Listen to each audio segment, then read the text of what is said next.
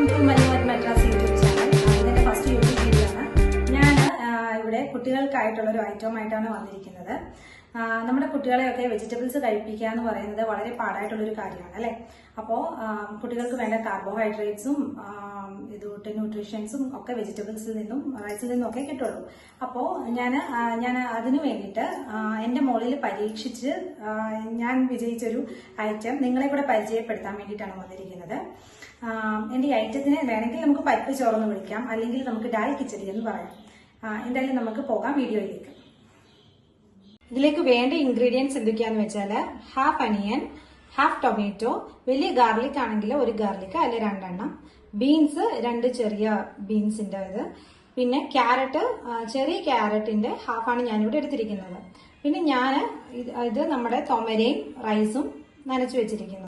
ഞാനിപ്പോ റൈസും ഡാലും എടുത്തിരിക്കുന്നത് ഹാഫ് കപ്പ് റൈസും ഹാഫ് കപ്പ് തൊമരപ്പരിപ്പുമാണ് എടുത്തിരിക്കുന്നത്.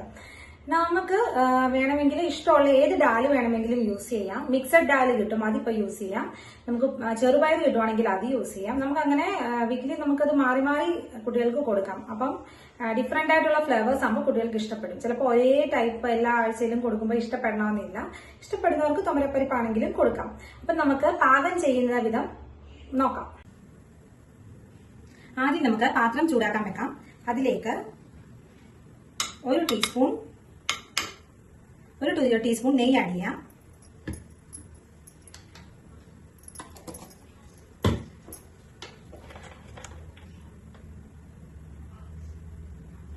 കുറച്ച് വെളിച്ചെണ്ണ കൂടെ ആഡ് ചെയ്യാം.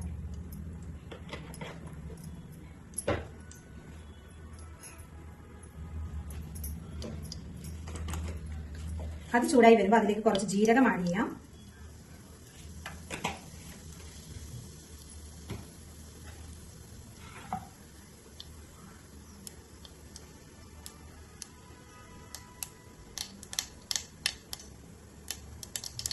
കുറച്ച് വെളുത്തുള്ളി,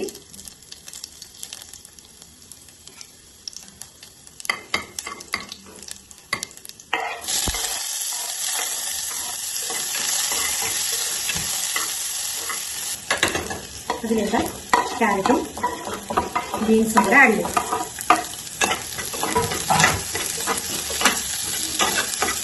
കുറച്ച് സോൾട്ട്, കുറച്ച് അടിയിടാൻ മതി, വേണമെങ്കിൽ പിന്നീട് ആഡ് ചെയ്യും.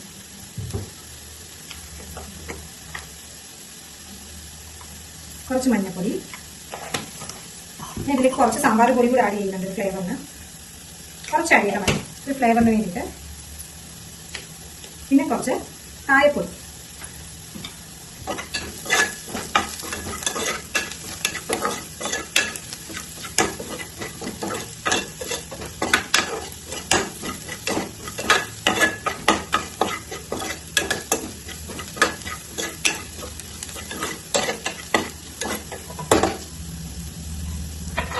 കുറച്ച് ടൊമാറ്റോ,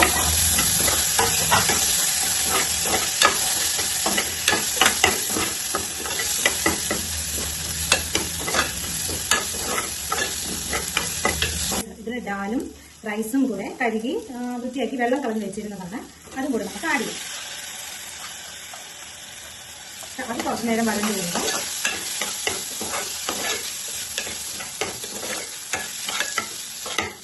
നമുക്കതിലേക്ക് കുറച്ച് ചൂടുവെള്ളം നേരത്തെ തിളപ്പിച്ച് വെച്ചിരുന്നതാണ്, അത് നമുക്ക് ആഡ് ചെയ്യാം. ഇതിന് അളവൊന്നുമില്ല, ഞാൻ അരി മുങ്ങിക്കിടക്കുന്ന വിധത്തിലാണ് ആഡ് ചെയ്തിരിക്കുന്നത്.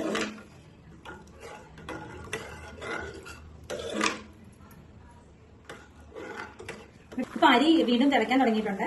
അപ്പൊ നമുക്കിതിനെ മീഡിയം ഫ്ലെയിമിലോട്ട് വെച്ചിട്ട് നമുക്ക് അടച്ചു വെക്കാം.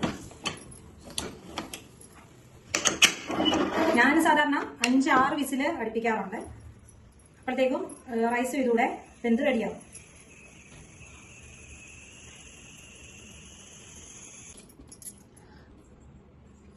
ഇപ്പോൾ ഒരു 7 വിസിൽ വന്നിരിക്കുകയാണ്. നമുക്ക് ഓപ്പൺ ചെയ്ത് നോക്കാം.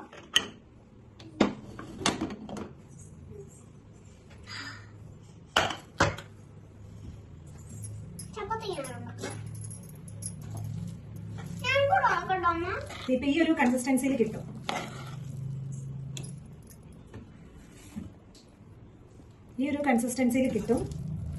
നമുക്ക് വേണമെങ്കിൽ ഇതിൽ നെയ്യ് ആഡ് ചെയ്യാം.